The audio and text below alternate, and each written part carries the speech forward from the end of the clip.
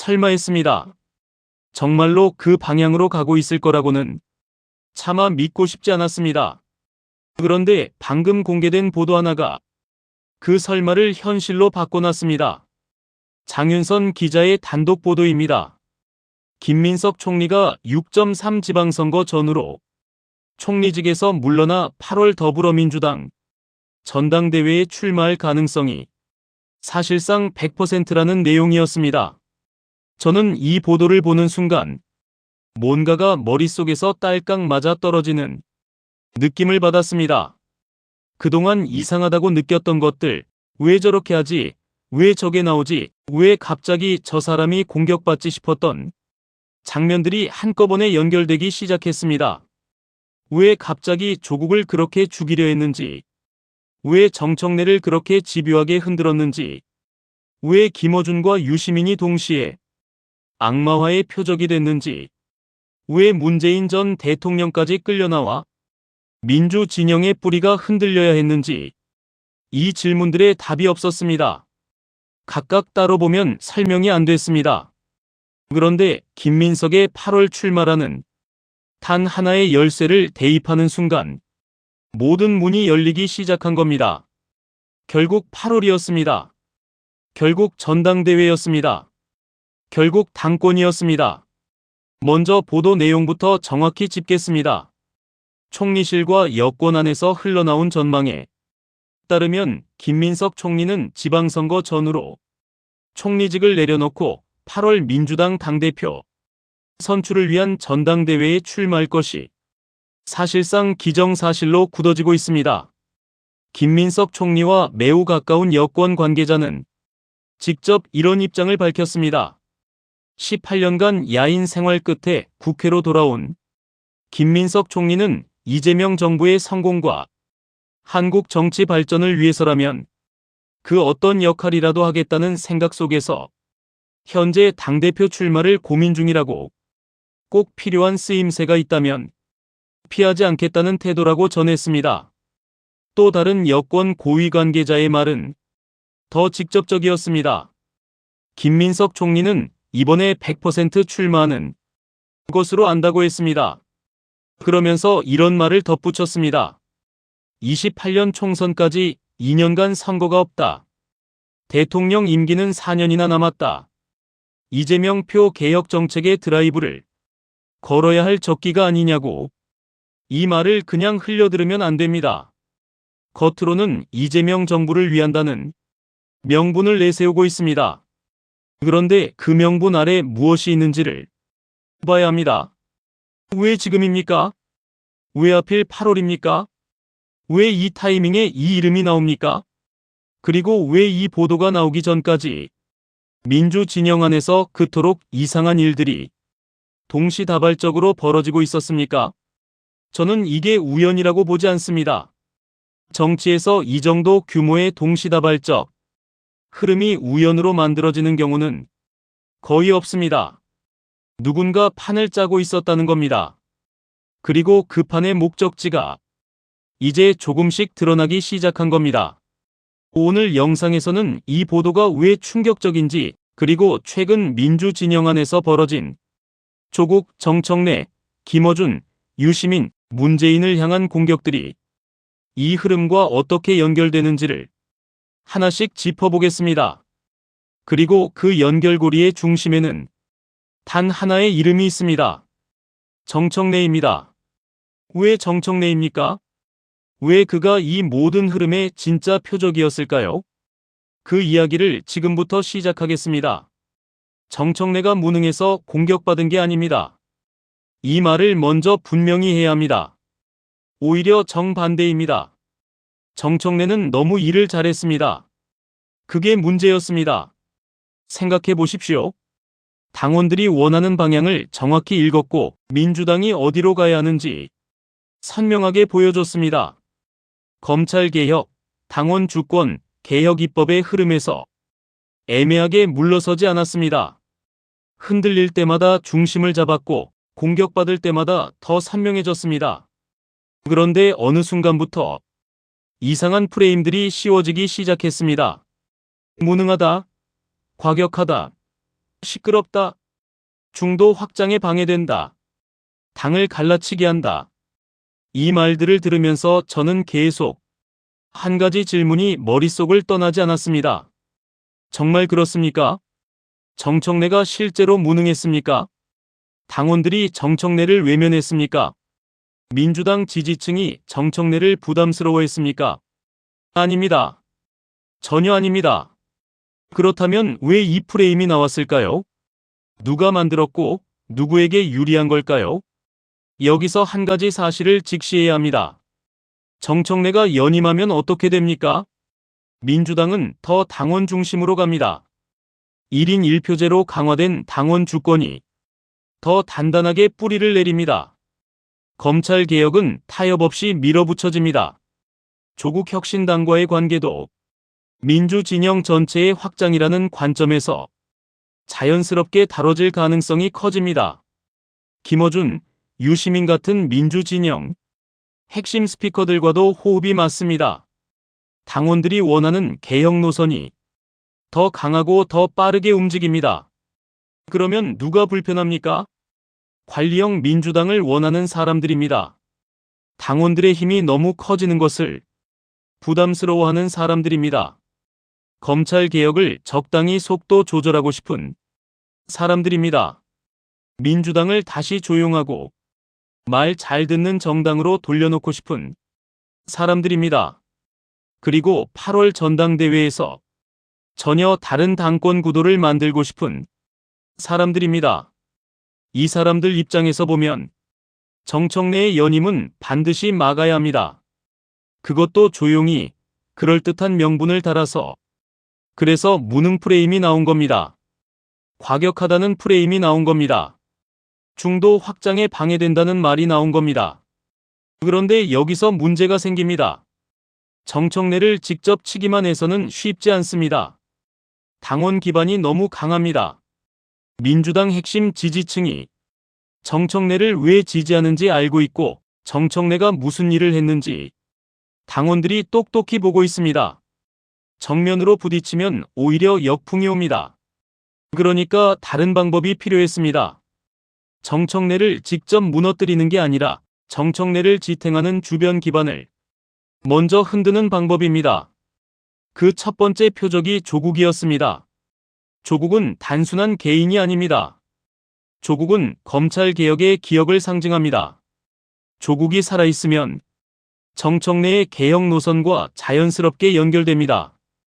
조국 혁신당이 힘을 가지면 민주당 안에서 검찰개혁 요구가 더 강해집니다. 조국이 민주당 핵심 지지층과 결합하면 정청래 연임 구도는 훨씬 더 단단해집니다.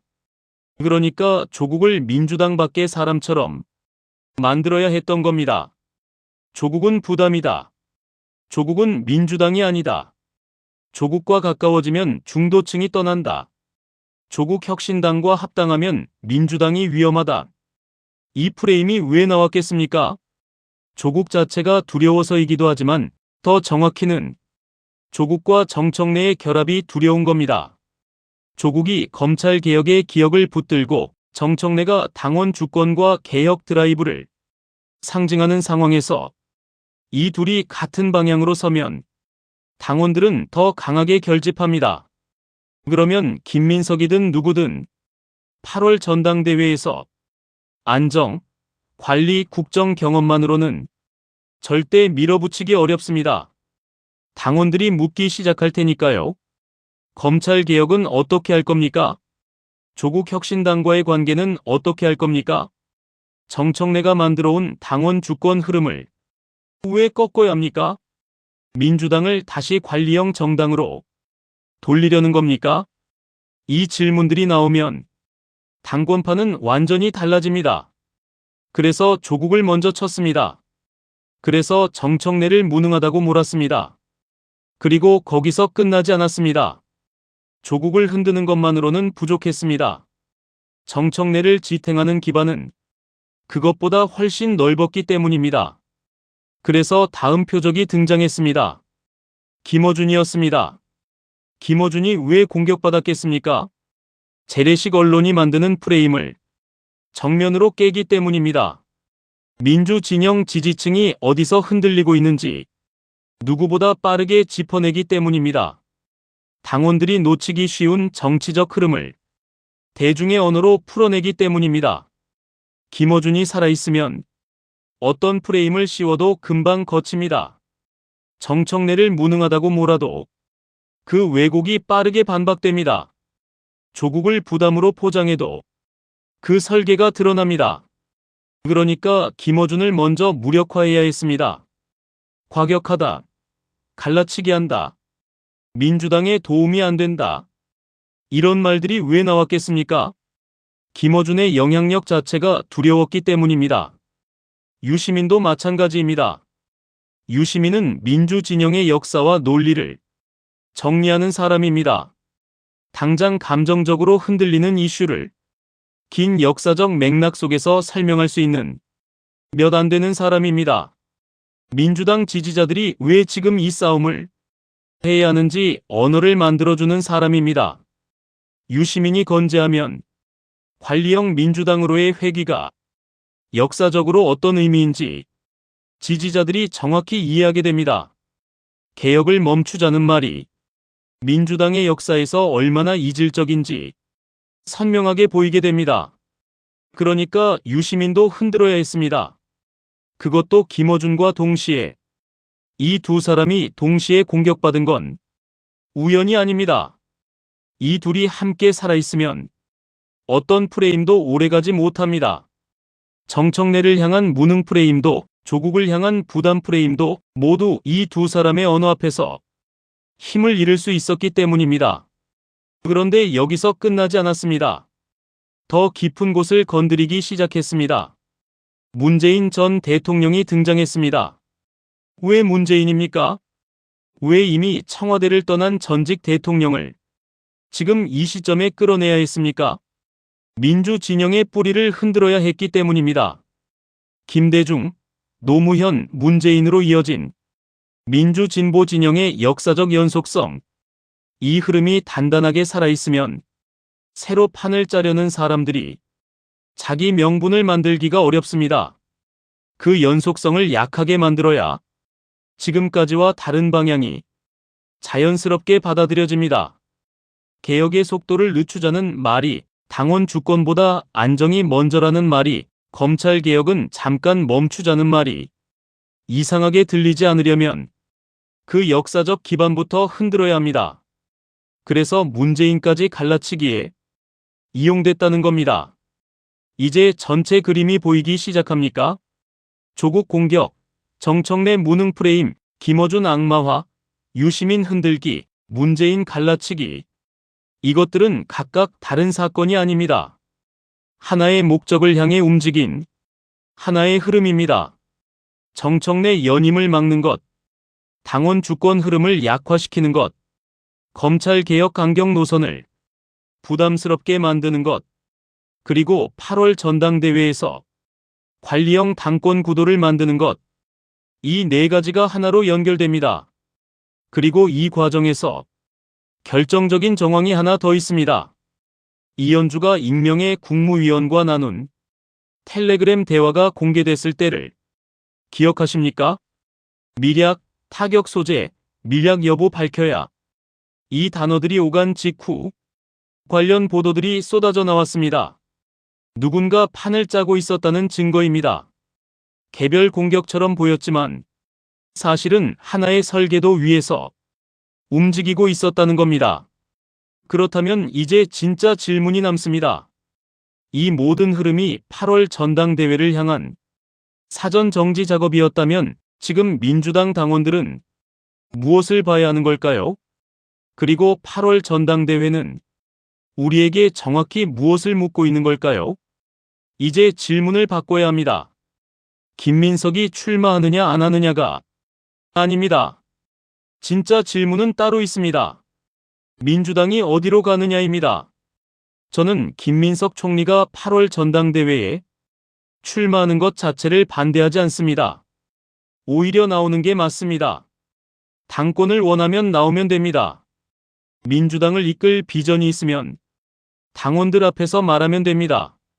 정청래보다 본인이 더 낫다고 생각하면 전당대회에서 당당하게 경쟁하면 됩니다. 그게 민주주의입니다.